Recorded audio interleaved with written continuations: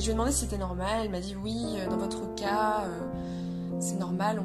Soit il y a des personnes qui vont être dans le déni un peu, donc dans le refus de leurs résultats, et ça va être dur à encaisser. Et d'autres qui vont être dans un soulagement. Et elle m'a dit, et puis il y a des personnes comme vous qui sont dans un état de confusion et dans un état dissociatif. Donc c'est normal. Donc elle m'a rassurée. Donc bon, je me suis finalement sortie de cette situation et j'ai accepté étape par étape. Et là, vous voyez, ça fait 1 mois et voilà, et j'ai accepté. Et c'est bon. Et ça s'intègre. C'est encore difficile à intégrer toutes les spécificités. Mais ça y est, j'ai compris.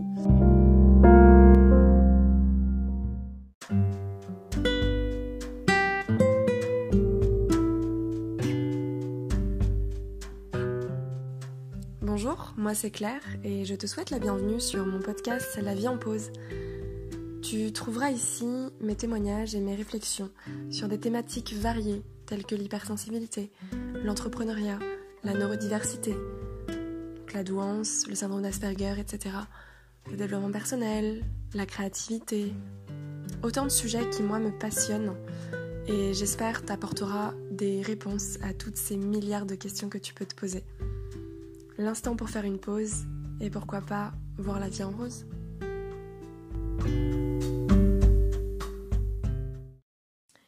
Hello touti. Ouais, je voulais changer un peu mon introduction parce que bon, les hello, bonjour. Puis j'ai une bonne énergie là depuis 2 semaines, je pense que ça va s'entendre. C'est vrai que ces derniers mois, en réécoutant mes audios, enfin, j'ai pas tout réécouté, mais je veux dire, des fois, enfin, bref. Bah, je sentais que mon énergie, j'étais bien, en même temps... Je sais pas comment expliquer, mais... Bon, je passais une phase un peu compliquée, quand même. On va pas se le cacher, hein, voilà. Je pense que ça s'entendait. C'est peut-être pour ça que certains ont perçu une tristesse ou quelque chose dans ma voix. Mais souvent, c'est parce que je suis faite... En fait, c'est souvent que je manque d'énergie. C'est pas forcément que je suis pas bien, en soi. C'est juste que je manque grave d'énergie, en fait. Et là, j'ai la patate. Mais j'ai la patate. Mais laisse tomber. Donc là, vous allez voir mon autre versant de ma personnalité. Enfin, un autre versant. Lorsque Claire a de l'énergie, qu'est-ce que ça fait, quoi? Bah, elle est un peu hyperactive. Elle est un petit peu... Wouh! Yes! Voilà, donc... elle est un petit peu tarée aussi, des fois. Mais c'est cool, ça fait du bien. Ça fait du bien. Là, ça fait 2 semaines que c'est comme ça, que j'ai une bonne énergie. Et du coup, quand je suis comme ça, en fait, j'en profite. J'en profite pour structurer ma vie, pour remettre de l'ordre. Donc en fait, j'ai, par exemple, déplacé tous mes trucs, des choses dans mon salon, dans ma cuisine, bref, dans mon appartement, à replacer des meubles, à changer la disposition, tel que moi je veux que ce soit. Et en fait c'est trop bien parce que ça me permet une espèce de réorganisation de ma pensée, puisqu'il y a une nouvelle énergie, alors du coup il faut une nouvelle structure. En fait je vais encore dire ça, mais c'est vrai que ça ressemble... c'est une mise à jour quoi, par rapport à mon logiciel interne. Et ce qui se passe, c'est que je fais une mise à jour, donc j'ai besoin que extérieurement et intérieurement, ce soit aligné, quoi. Donc je peux pas en fait faire une mise à jour interne et qu'extérieurement il y a la même chose qu'avant, tu vois. Enfin, je sais pas comment expliquer, mais je pense que vous allez me comprendre. Ce qui fait que là, j'ai changé la disposition, j'ai modifié les meubles, ma déco, machin, truc. J'ai replacé mes petits objets, tout bien. Donc là, maintenant... Enfin, par contre, une fois que je pose les choses, il n'y a rien qui bouge. Hein. Tout doit rester à sa place, comme d'habitude. Mais c'est moi qui ai contrôlé ce truc-là. Et ça, en plus, c'est quelque chose de dynamique, qui est en mouvement, qui est vraiment vers une autre énergie, en fait. Donc ça, c'est top aussi. Et du coup, en ayant fait ça, eh bien, je sais que ça y est, je suis mise en condition, mon cerveau est beaucoup plus aéré, en plus ça me permet de ranger, de faire de l'ordre, de jeter des trucs, machin, enfin bon bref, donc je fais du tri. Donc ça, hop là, ça... mise à jour, nouvelle mise à jour, l'ordinateur, le logiciel est neuf, quoi, comme un nouveau logiciel. Pourtant c'est le même, hein, c'est juste qu'il a été mis à jour. Et voilà, et du coup, j'ai un espace, je suis mise en condition pour pouvoir après laisser place au nouveau. En fait, là, je suis vraiment dans une phase de nouveauté.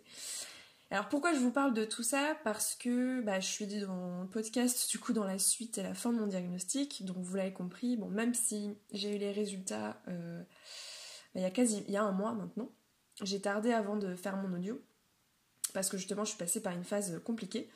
Et j'ai pas pensé à faire d'audio, etc. Mais donc je vais vous en parler aujourd'hui.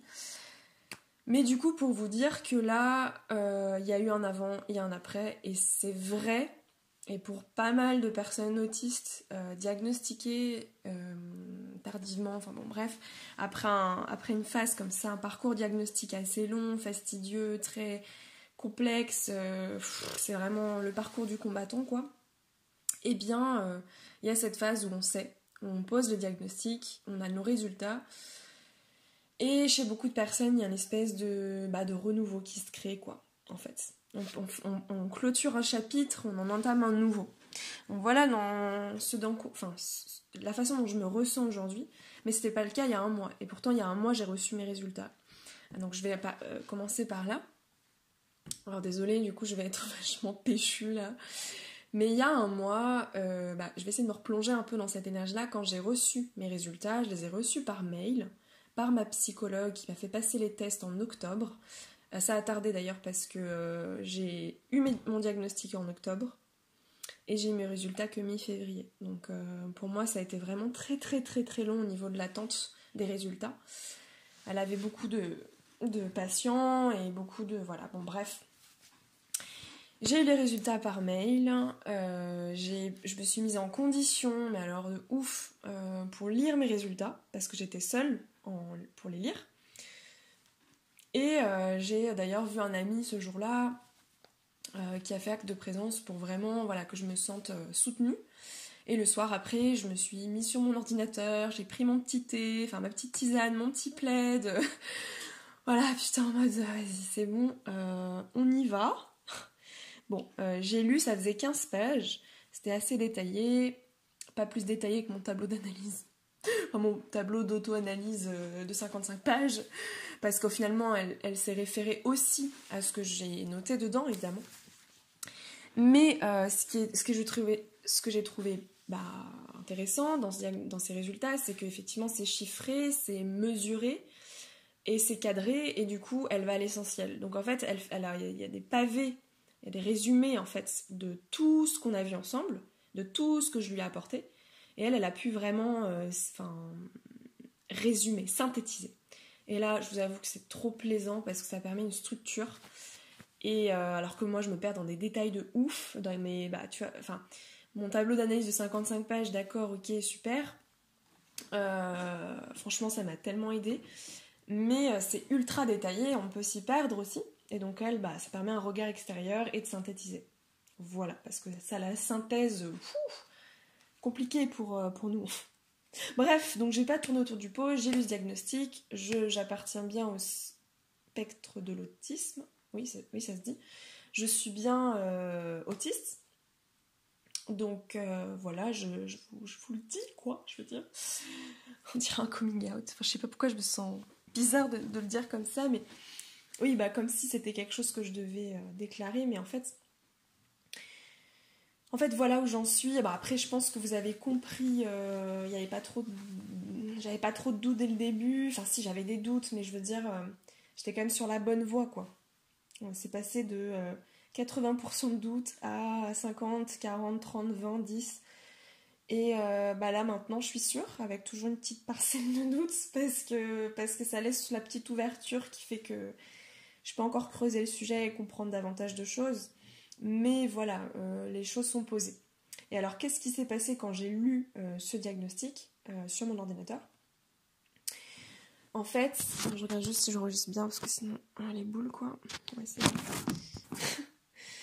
Donc en fait, du coup, j'ai lu et j'ai versé quelques larmes au début parce que, alors je ne veux pas vous expliquer comment est fait un compte rendu, en plus je pense que ça diffère de chaque psychologue, mais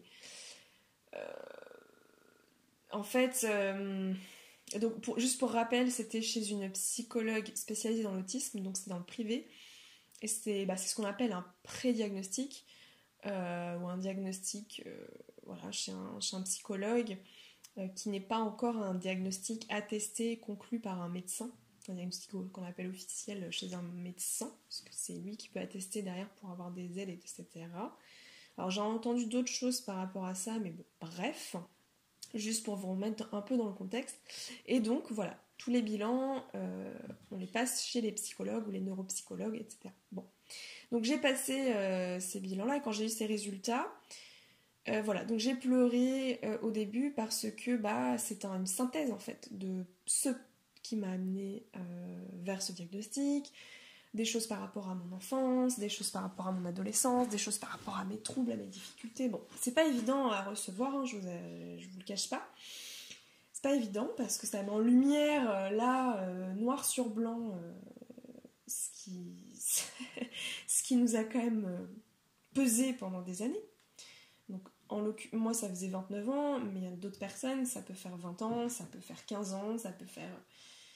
On peut s'en rendre compte à 40, 45 ans, 50 ans, 60 ans, j'en sais rien, mais vous voyez, et c'est très difficile à accepter. J'ai envie de dire, peu importe l'âge. C'est sûr que plus c'est tard, plus c'est compliqué, et plus les troubles prennent de la place, plus on devient complexe aussi, et difficilement identifiable, avec toutes nos stratégies, etc. C'est vraiment pas évident.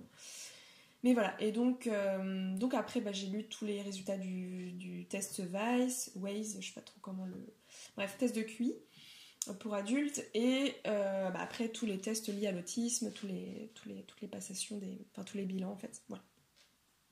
Donc j'ai vu un peu, j'ai vu voilà, où est-ce qu'était comment dire, là où étaient mes plus grosses difficultés, là où ça allait, là où c'était plus compliqué, enfin bon, voilà. Après, il y a des... étant très sensible aux mots, je vous avoue que de voir écrit à chaque fois trouble, déficit, c'est pas, je trouve, très bienveillant, personnellement, comme... Bon, ce sont les termes qui sont obligés d'utiliser, mais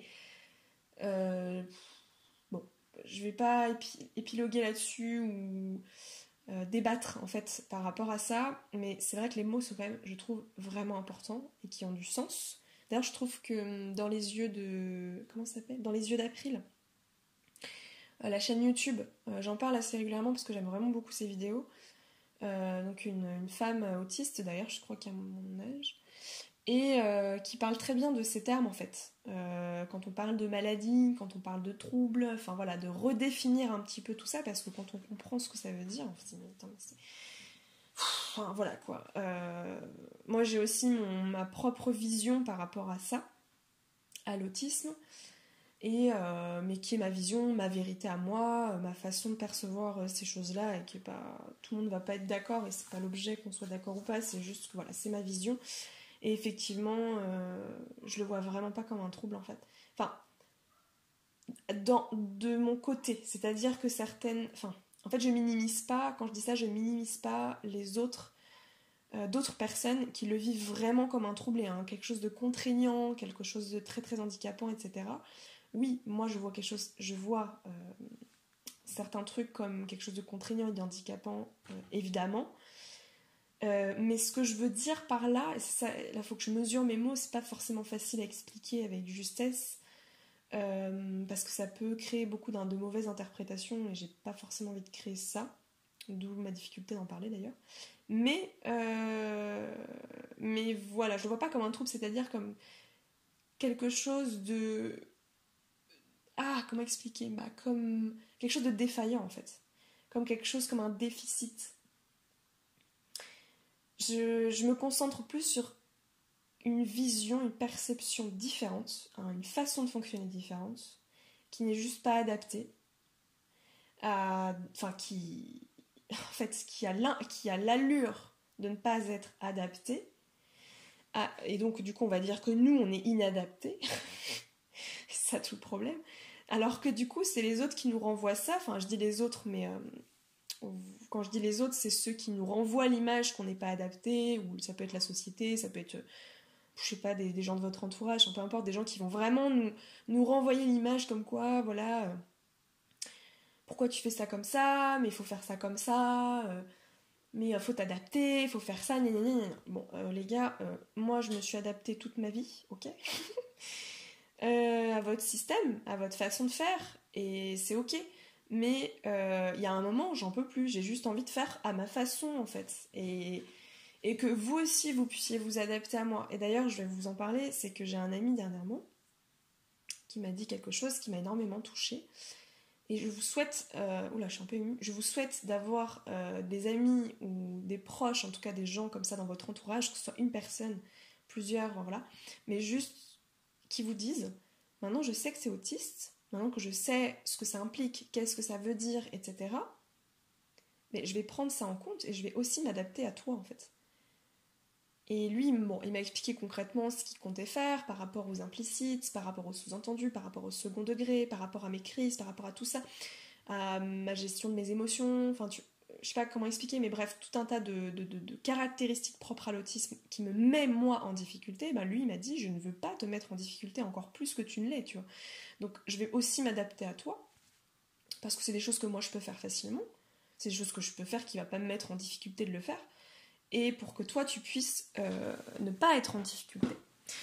Et en fait j'ai halluciné, mais je vous jure que j'ai halluciné de ce propos, et j'en ai pleuré d'ailleurs, et je me suis dit mais attends, mais c'est possible. En fait ça m'a fait trop bizarre, parce que c'est la première fois qu'on me dit ça de cette façon, et qu'on me dit mot pour mot, mais Claire, tout le monde devrait faire ça, tous les gens qui t'aiment, tous tes amis devraient avoir ce réflexe-là en fait, c'est juste normal en fait. Tu t'adaptes à nous, voilà, donc c'est à nous aussi de s'adapter à toi.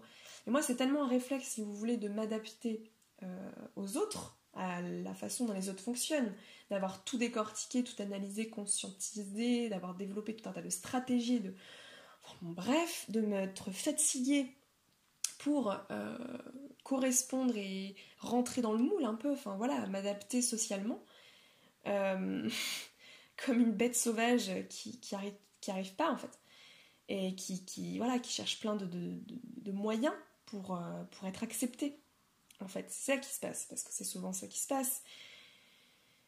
Et du coup je me suis jamais dit c'est à eux de s'adapter aussi quoi, parce qu'en fait c'est toujours une question de normes, donc une question de majorité, et de majorité, de normes en fait, de choses communes, de règles communes qui sont intégrées en fait, et qui sont normales pour la plupart des gens, et qui ne le sont pas pour moi, pas pour la plupart des choses d'ailleurs.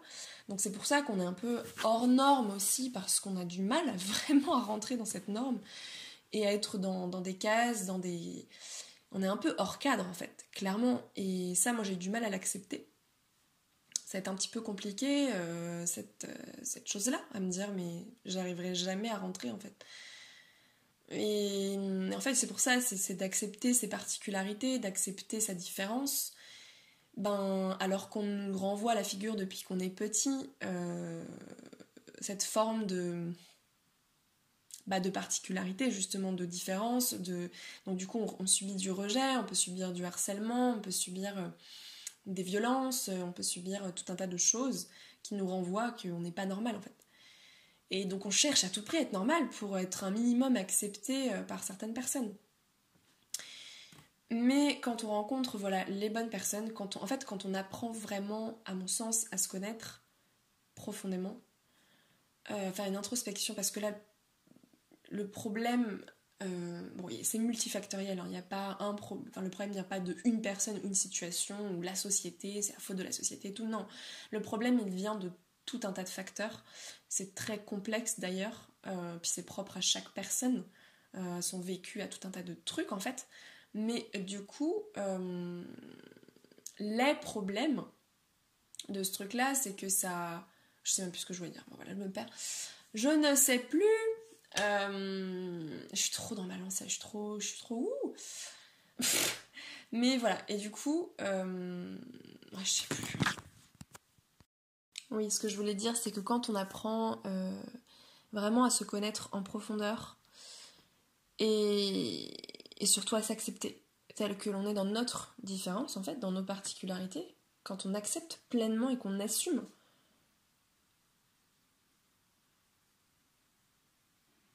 Oh, désolée, c'est les voisins qui me perturbent. Vous voyez comme je peux m'arrêter d'un coup parce que ça me perturbe. Quand je sais pas d'où vient un bruit, ça me fige. En fait, j'ai mon oreille, enfin mes oreilles qui se dressent à l'extérieur et à l'intérieur. Je sens l'oreille interne. C'est un chat. Du coup, ça m'a recoupé. Super. Quand on apprend à se connaître profondément et voilà, qu'on assume cette différence en mode, ben ouais, je suis comme ça en fait, et c'est tout. Et ben en fait, on a de moins en moins, dans mon cas, même plus du tout, de situations extérieures qui nous renvoient ce rejet. Je sais pas comment expliquer, qui nous renvoient en fait, quelqu'un qui se montre vulnérable, quelqu'un qui se montre. Alors je dis pas que c'est évident, que c'est hyper dur, c'est hyper dur. Et puis surtout quand on est enfant, ado, enfin voilà. Là je vous parle vraiment entre adultes, quand on devient adulte et qu'on comprend tout ça dans cette phase de diagnostic, etc., quand on passe par tout ça, qu'on connaît notre identité dans les grandes lignes ou dans des micro-détails, je sais pas, mais bref, quand on a un peu une idée un peu plus limpide, plus claire sur ça, sur notre différence, on commence à être plus vulnérable et plus authentique et de plus accueillir, embrasser ces différences et même à les aimer en fait. Vraiment, enfin personnellement, plus j'aime des facettes de moi que finalement je rejetais ou que je ne connaissais pas en fait, ce qui était en fait, que ce soit du rejet ou de la méconnaissance, c'était des parties de moi qui étaient dans l'ombre en fait. C'était des parties de moi qui étaient noires, qui étaient sombres, parce qu'elles étaient soit inconscientes, ou soit conscientes, mais refoulées. Donc elles étaient dans ma partie sombre. Et tant que ces parties sombres, elles sont là, vous allez attirer des gens sombres. Vous allez attirer des gens qui vous renverront à ce truc pour que, hop, ça revienne à la surface. Franchement, je sais pas comment expliquer ça, j'en ai parlé, je sais même plus, je pense que j'en ai parlé plein de fois en fait, dans plein de podcasts. Mais ce truc où l'extérieur est le reflet de notre intérieur, et quand moi j'ai compris ça, mais mon Dieu, mais ça a changé toute ma vie quoi. Je vous jure. Là je me suis dit, mais attends, mais waouh. En fait je me rends compte que je fais un podcast sur le diagnostic, je suis plus du tout en train de vous parler de ça, non mais je suis partie trop loin. Mais bon, c'est que certainement ça doit avoir lieu d'être. De toute façon, mon podcast, il est fait de morceaux de trucs dans toute la spontanéité en fait et dans mes réflexions. Donc voilà, je me laisse aller dans ces réflexions justement pour changer. Parce que je trouve que ça change aussi des formats trop structurés, finalement trop préparés.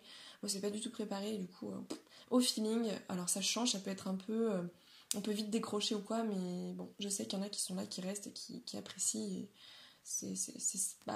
c'est que du coup, c'est des gens à qui je dois m'adresser. Voilà, tout simplement. Après, je sais qu'il y a pas mal de personnes avec un TDA ou TDAH. Je sais ce que c'est, parce que moi-même, des podcasts d'1 heure, j'ai du mal à en écouter, mais souvent je fais par parcelle.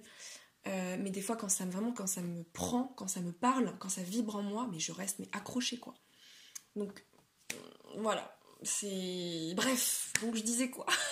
Voilà, donc quand j'ai compris que l'extérieur était le reflet de mon intérieur, mais ça change tout, parce qu'en fait, j'ai compris que toutes les situations que je vivais, toutes les rencontres que j'avais, tous les trucs dans ma vie, mais venaient juste appuyer sur des choses qui n'étaient juste pas encore mises en lumière, ou pas acceptées en fait, ou pas connues, vous voyez, enfin le truc de, voilà, c'est des choses qui étaient encore inconscientes, ou des choses qui étaient refoulées, ou des choses qui étaient rejetées, ou des choses que je n'aimais pas de moi, ou des choses qui me faisaient encore du mal. Tout ça, tout ce qu'on vit à l'extérieur sont vraiment là pour nous rappeler ça, et pour... C'est pas quelque chose de sadique, c'est pas quelque chose de masochisme. Voilà. Trop dur ce mot.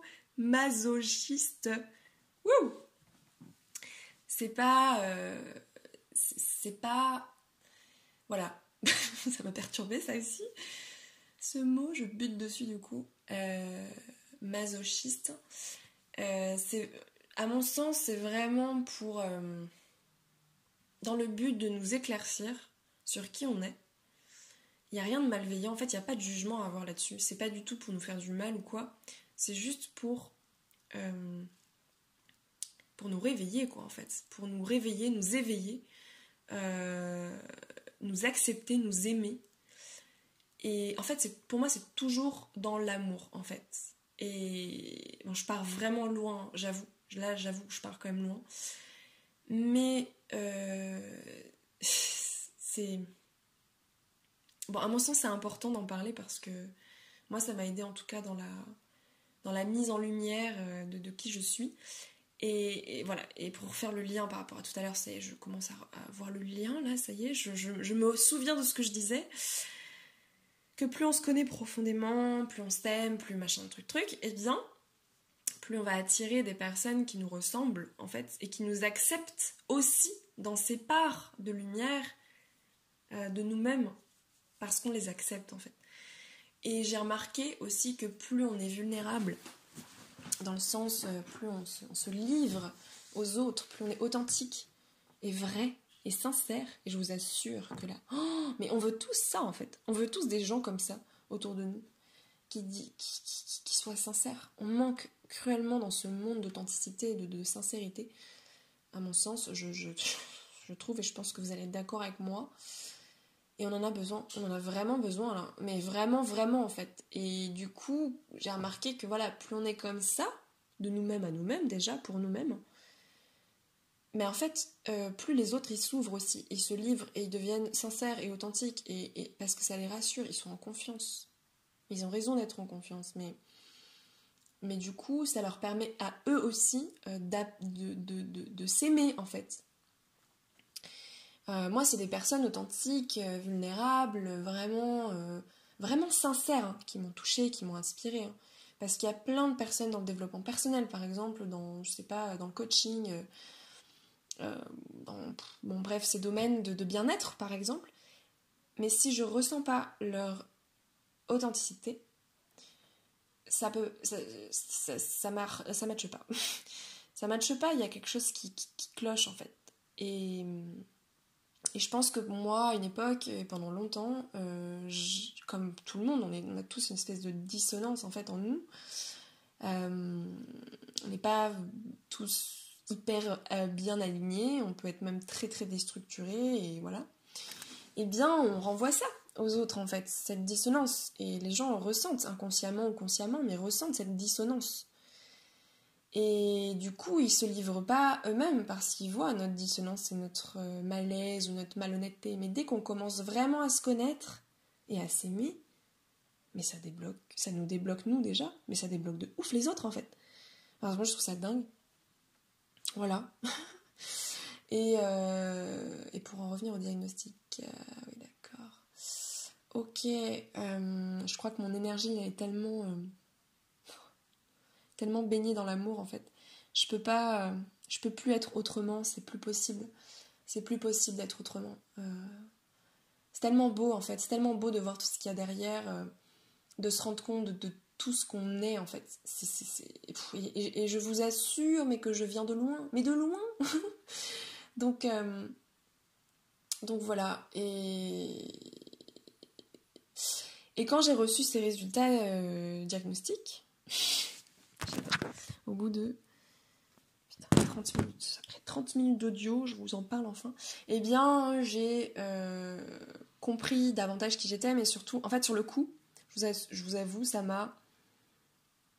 Je pense que j'étais dans un état de choc. Je pense que c'était ça, j'en suis pas sûre, mais je pense que c'est un état de choc, parce que j'ai eu une phase dissociative, hein, clairement, pendant 5 jours à peu près, après ce compte rendu, c'est-à-dire que je ne ressentais plus rien. Mais plus rien, j'étais complètement déconnectée, j'arrivais pas à y croire de ce qu'on me disait. Et ça, c'est horrible parce que j'avais l'impression que c'est bon, que ça allait me soulager, que j'allais comprendre et tout. Mais en fait, j'étais encore dans une phase de doute. J'y croyais pas. Je me suis dit, non, mais qu'est-ce qu'il me faut pour que je sache, en fait? Donc ça m'a un peu saoulée. Et puis, ma psychologue m'a proposé une séance de visio pour me faire le compte-rendu, mais à l'oral, en fait, si j'avais des questions, etc. Donc, j'en ai profité. Et en fait, d'ailleurs, ça m'a fait rire parce que quand on a commencé la visio, j'étais pas à l'aise comme d'hab, et du coup, moi, je rentre dedans direct. Et du coup, j'ai fait, bon, du coup, elle me dit, vous avez des questions? Je dis, oui, je les ai préparées. Alors, du coup, la question numéro 1, c'est... Et en fait, elle a rigolé. Et d'ailleurs, j'avais pas très bien pris. Parce que j'ai pas compris pourquoi elle avait rigolé. Elle me dit, désolée, je souris parce que j'étais pas préparée à ce que vous me fassiez un interrogatoire. Et j'ai dit, ah, pardon. Enfin, je me sentais super gênée. Je pensais pas que c'était quelque chose de mauvais. Puisqu'elle m'avait dit que je pouvais poser des questions. Donc là, je vous avoue, j'étais un peu perdue. Mais du coup, elle m'a dit, non, mais vous inquiétez pas, allez-y, posez-moi vos questions et tout. Je fais ok. Du coup, j'ai posé les questions vraiment étape par étape. Voilà, et c'est vrai que c'était très... voilà, c'était un espèce d'interrogatoire, j'avoue. Mais bon, elle me permettait une structure, et donc elle m'a répondu, elle m'a aidé, elle m'a donné un exercice à faire de TCC que j'ai vraiment apprécié. Parce que mes crises autistiques, elles peuvent, par moments, et ça arrivait vraiment à beaucoup de moments, peuvent être vraiment très violentes. Enfin, bon, bref, je vais pas partir loin, mais j'en parlerai dans d'autres podcasts, mais elles sont violentes envers moi-même. Et ça, voilà, j'ai voulu avoir des réponses par rapport à ça pour comment faire pour m'en sortir de ça, parce que j'ai beau aller mieux, bien et tout ça, j'ai du mal à gérer ça, et je comprends pas pourquoi en fait je me fais autant de mal et pourquoi ça va jusque là alors que je suis totalement lucide dans cette phase, et c'est très dur à gérer pour moi. Je suis vraiment hors contrôle, et du coup bon, j'ai compris, mais je vous expliquerai plus tard. Tout ça d'ailleurs, c'est un sujet super intéressant et j'ai compris des choses. Bref, donc voilà ce que ça m'a apporté. Et en fait, après ce rendez-vous, en fait tout est tombé. Là, j'ai réalisé petit à petit, ça n'a pas été non plus d'un coup, j'ai réalisé petit à petit. Donc j'ai eu des moments de lucidité, donc, j'ai eu des moments où j'étais moins dissociée, et j'ai pleuré de soulagement.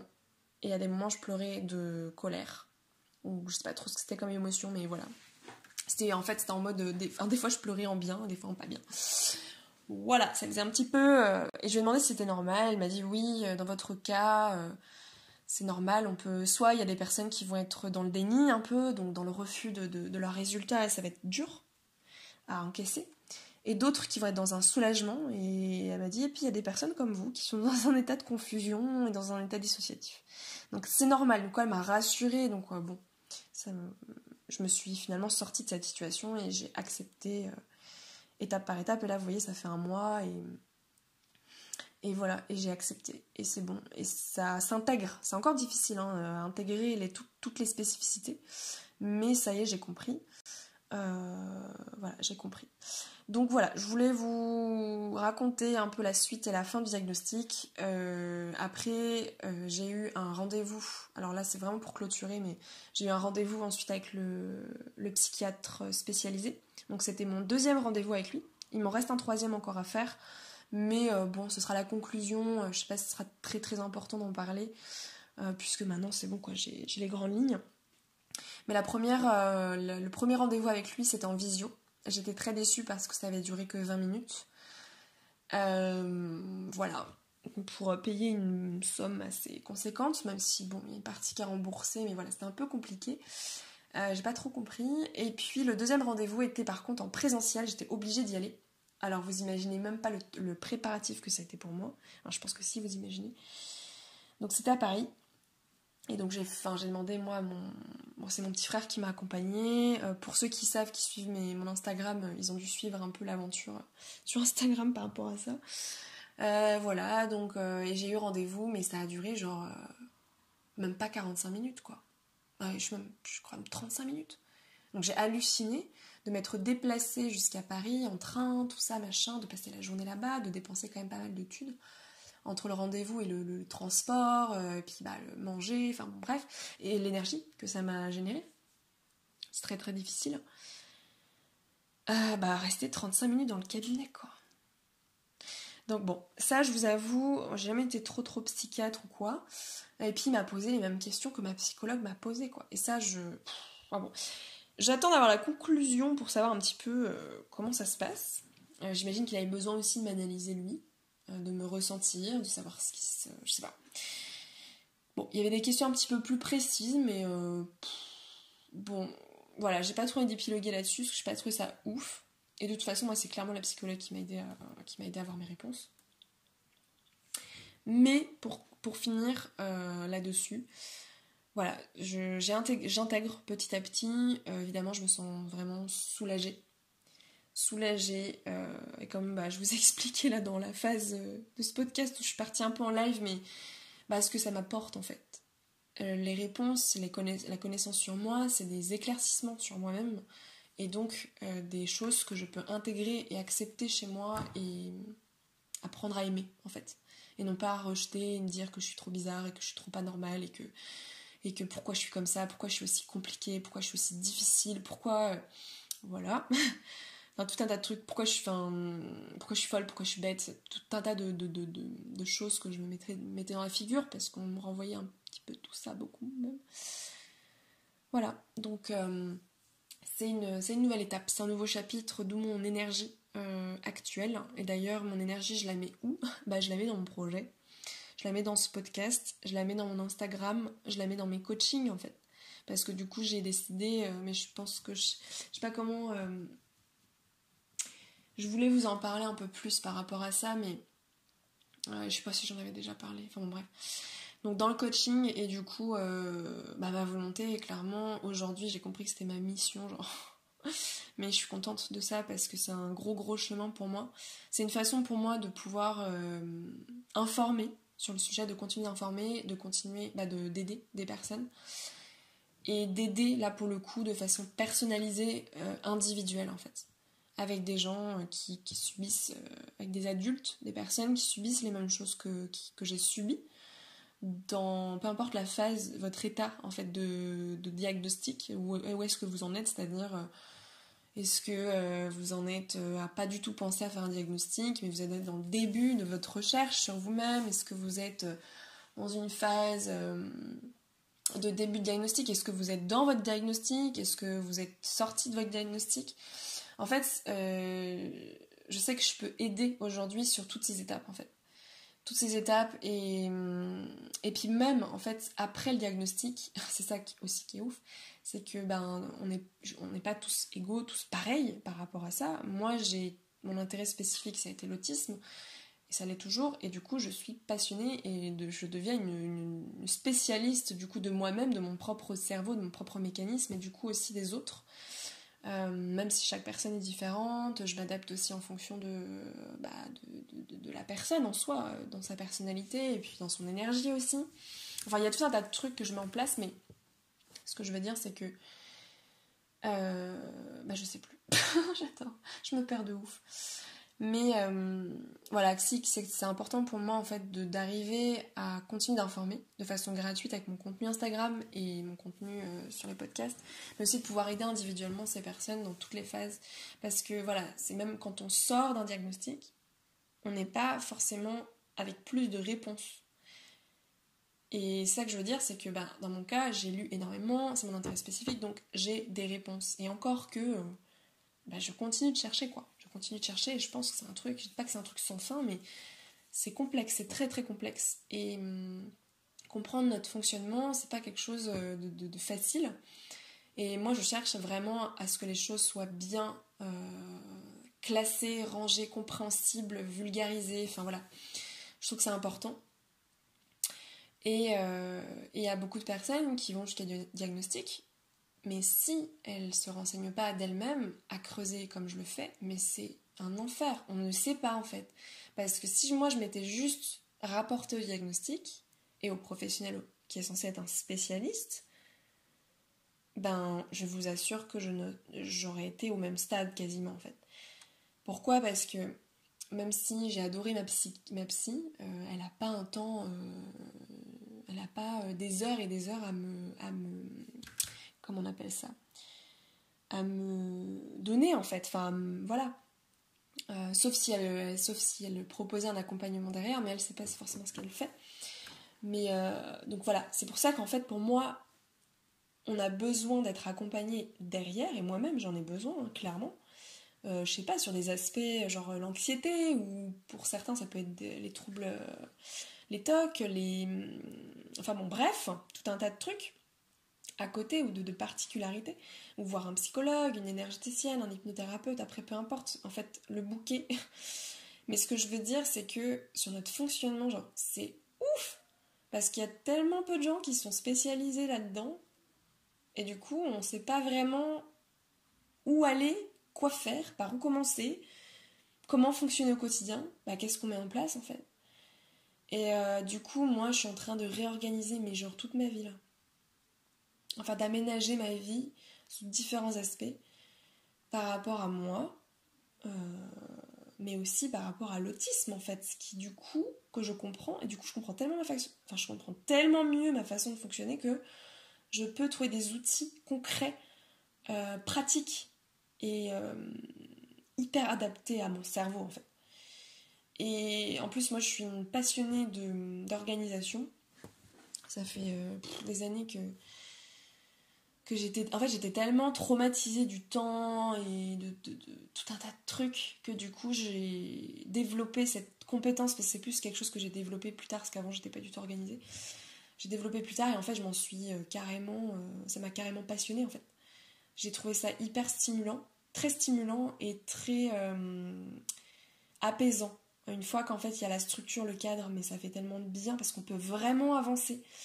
Et j'ai essayé des tas et des tas et des tas de choses, je vous assure, mais même par rapport à, je sais pas, la mémoire, comment s'organiser dans ses études, dans son travail, pour son entreprise, je sais pas, dans son quotidien aussi, sur des tâches quotidiennes, tout un tas de trucs, mais en fait, propre à notre fonctionnement. Mais vraiment, enfin, un truc collé, quoi. Et pas un truc où on se sent trop cadré ou pas assez. Enfin, genre, un truc vraiment adapté à soi, sur mesure. Je vous assure que ça change tout, quoi.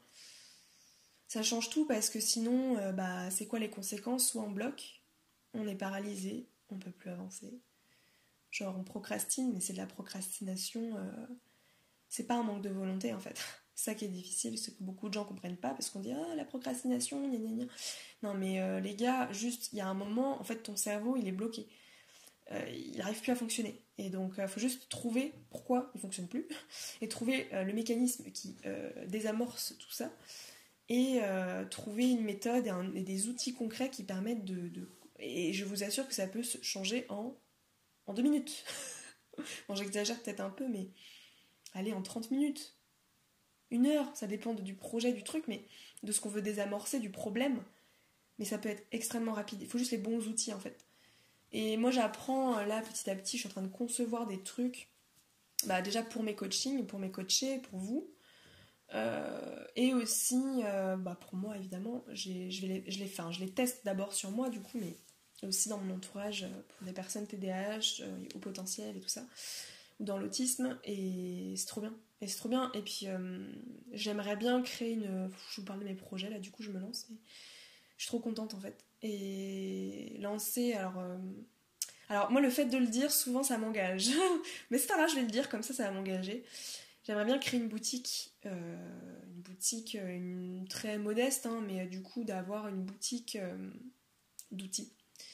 En fait, d'outils pour neuroatypiques, clairement. Ça va pas concerner que les autistes, mais forcément vous allez vous y retrouver. Mais ça va, je pense, vraiment aider de probables TDAH, enfin de TDAH et de haut potentiel. En fait, ce sera calibré en fonction de notre pensée arborescente, de notre pensée philosophique, de notre pensée visuel, enfin voilà. Il y aura pas mal de trucs. J'ai pas encore les détails et le contenu, mais j'ai une vision globale un peu de ce que je veux. Et ça, je pense que ça peut grave aider, quoi. Et je me dis, enfin moi, j'ai pas trouvé de personne qui faisait quelque chose de spécifique par rapport à l'organisation pour les neuroatypiques, en fait. Parce que souvent, on nous propose des trucs, mais ils sont pas adaptés, en fait, à nos cerveaux, à nous.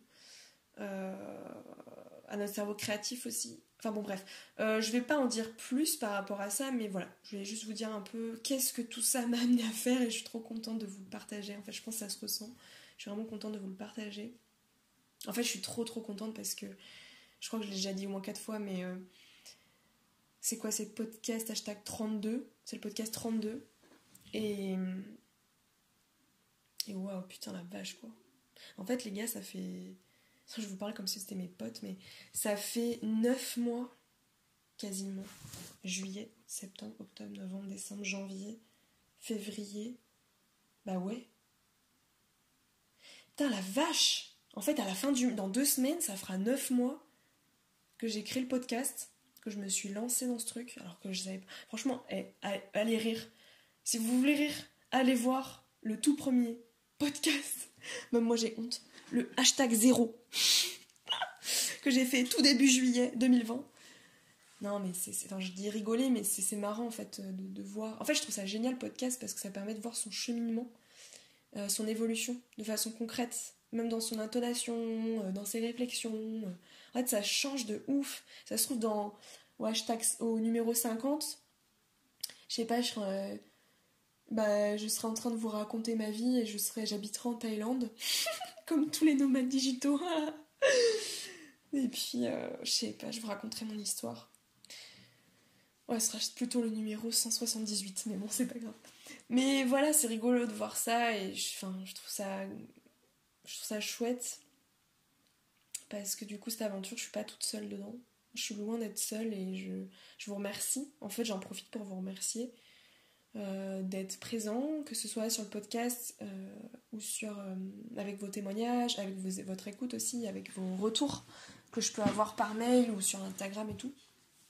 N'hésitez pas à en faire parce que moi ça me permet d'avoir des feedbacks c'est ce qui se passe en fait, parce que quand on fait un podcast on parle tout seul quoi, on sait pas du tout ce qui se passe derrière, qu'est-ce que ça provoque chez vous, quelles sont vos réflexions, est-ce que ça vous aide, est-ce que vous trouvez ça pourri. Non mais je pense que si vous trouvez ça pourri, merci de ne pas me le dire dans le sens où c'est pas très constructif. Et de passer votre chemin et d'aller voir ailleurs en fait. Mais si ça vous aide ou si vous pouvez contribuer à quelque chose de plus construit, que ça m'aider à construire cette chose là, proposer des choses, mais franchement, et je vous jure, je suis hyper open à avoir vos suggestions, à avoir votre retour, je sais pas, pour faire bouger les choses aussi dans ce podcast, parce que c'est pas il y a rien qui est fermé, et même si je le fais selon moi, selon ce que j'ai envie, selon j'ai besoin, mais j'ai aussi envie que ce soit un truc qui soit co-construit, parce que j'adore tous les mots en co-construction, collaboration, cocooning. Oh là là là, je parle loin, mais ouais, ça me plaît vraiment de co-construire des choses. Vraiment. J'ai toujours eu cet élan de médiatrice, de faire des liens dans les choses, entre les gens, fédérer, rassembler, brainstormer. Voilà, j'adore vraiment. Je trouve c'est hyper enrichissant de mélanger nos cerveaux et nos façons de fonctionner. Non, j'adore. Voilà, donc sachez que ce podcast, c'est autant le mien que le vôtre, vraiment. Je vous le dis sincèrement, et merci du coup d'être là, merci, et je me remercie aussi d'avoir fait ça, d'avoir osé parler. Je sais que ça peut aider, je sais que c'est pas facile pour certains, et c'est pas facile pour moi non plus, et en même temps c'est tellement beau, c'est tellement riche. C'est puissant en fait, waouh. Ah la vache, je suis hyper émue. Bon, avant que je chiale... des fois c'est vrai que je parle loin quand même. Mais je vais m'arrêter là. J'ai du mal à arrêter les podcasts. Enfin, bah oui, en fait, j'ai du mal à arrêter. Quand je suis lancée. J'ai l'impression qu'il y a toujours des trucs à dire. C'est dur d'arrêter. Je sais pas trop quoi dire en arrêtant. Je sais pas comment arrêter. Ben voilà. Voilà. Bonne soirée. Je sais pas quoi dire. Je suis un peu déstabilisée par ma propre réflexion. C'est drôle. Voilà, je vous adore, vraiment. Prenez soin de vous.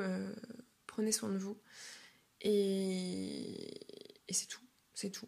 Moi, je vais continuer mes projets, je vais continuer à fond parce que c'est vraiment la vie en pause, c'est vraiment quelque chose qui m'anime en ce moment, qui me fait du bien et qui vous fait du bien en retour. Et je vais continuer, mais ça me booste en fait. En fait, vos retours, ils me boostent de ouf. Parce que si j'ai pas de feedback, bah, je suis en mode qu'est-ce qui se passe, qu'est-ce que je fais. Enfin voilà, je peux pas améliorer les choses en fait. Et moi, ce que je veux, c'est de pouvoir faire quelque chose de comment dire, pas de sur mesure, enfin si, individuellement bien sûr, mais quelque chose qui réponde à un problème en fait. Et vraiment. Enfin bon, voilà. Et donc, en plus, s'il y a un truc, après j'arrête là. Vraiment, j'arrête après. Mais je suis passionnée de couleurs, vraiment depuis petite. Et du coup, j'ai étudié les couleurs un peu sous tous ces aspects. Et d'ailleurs, je pense que ce sera j'allais dire mon prochain intérêt spécifique, mais en fait, c'est déjà un intérêt depuis petite. Mais ce que je veux dire, ça va être mon prochain... Je vais revenir dessus, quoi. Voilà.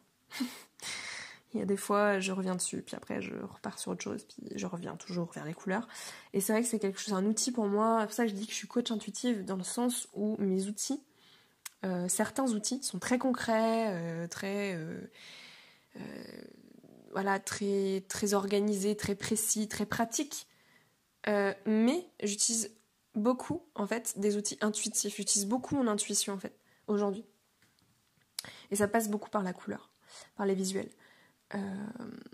Dans mes ressentis, par rapport à ma synesthésie, par rapport à ce que je perçois des autres, parce que j'ai aussi je peux avoir aussi des sortes de visions, enfin je sais pas trop comment expliquer ça, mais sorte de clairvoyance, enfin je sais pas trop, bon, j'ai pas envie d'être médium et d'en faire ma... mais par contre, voilà, je veux me servir de ces capacités, de ces facilités pour moi, en fait, de ces outils dans mes coachings. Sans forcément vous le dire, mais je les utilise en fait. Parce que la couleur, ça me parle énormément. Même les oracles aussi, c'est des choses que je découvre ces derniers temps et ça développe énormément son intuition. Et j'ai un oracle très coloré qui laisse place vraiment à côté abstraction, l'intuition et tout ça, et c'est trop bien. Voilà. Et du coup, je réfléchis encore, si vous avez des idées d'ailleurs, je réfléchis à des choses par rapport à ça, mettre en lien en fait vraiment des coachings vraiment intuitifs, au feeling, parce que je veux vraiment fonctionner au feeling, j'ai pas envie que ce soit un truc trop structuré, hyper cadré, tac tac tac, allez hop, semaine 1 on fait ça, semaine 2 on fait ça, non mais c'est bon quoi. Enfin je suis désolée mais moi ce sera pas comme ça. Je suis désolée, je m'excuse pas, mais ce sera pas comme ça de mon côté. J'ai envie que ce soit quelque chose de vraiment à mon image en fait, quelque chose de structuré mais de libre. Je sais pas comment expliquer, genre qui est quand même une espèce de forme de structure qui rassure, qui sécurise, genre de bien expliquer comment ça va se dérouler, etc., mais aussi et du coup avec des outils concrets, des trucs pratiques à faire régulièrement, mais aussi d'être libre. Vraiment, en mode j'écoute l'énergie du moment de la personne, j'écoute la personne dans son entièreté quoi. Voilà, je voulais vous partager tout ça, toutes mes réflexions, je suis trop contente. Là, je suis en train de terminer mon site internet, comme ça vous verrez un peu plus justement visuellement, concrètement ce que c'est, ce que j'apporte. J'essaye d'être la plus précise possible. C'est pas évident d'ailleurs comme exercice, mais voilà, c'est ma prochaine mission là de la semaine et ma boutique. J'aimerais bien faire ça ces prochaines semaines aussi. Et voilà, mais sachez que le coaching est déjà ouvert, enfin dans le sens, vous pouvez déjà me contacter sans problème. Et je vais pas attendre de finir mes sites et mes trucs, d'être parfaite là, avec mon perfectionnisme. Sinon je m'en sortirais pas. Mais sachez que c'est déjà ouvert quoi. Donc c'est quand vous voulez, c'est quand si vous avez envie ou si vous n'avez pas envie. Voilà. Je vous souhaite j'allais dire je vous souhaite un joyeux Noël. Eh non mais... Ok Claire, il est l'heure d'aller se coucher. Je vous souhaite une bonne fin de podcast et je vous dis à bientôt. Ciao. Seulement si le podcast t'a plu, alors je te laisse t'abonner, partager autour de toi donner ton avis, un commentaire, afin de soutenir ce podcast et permettre de le faire grandir.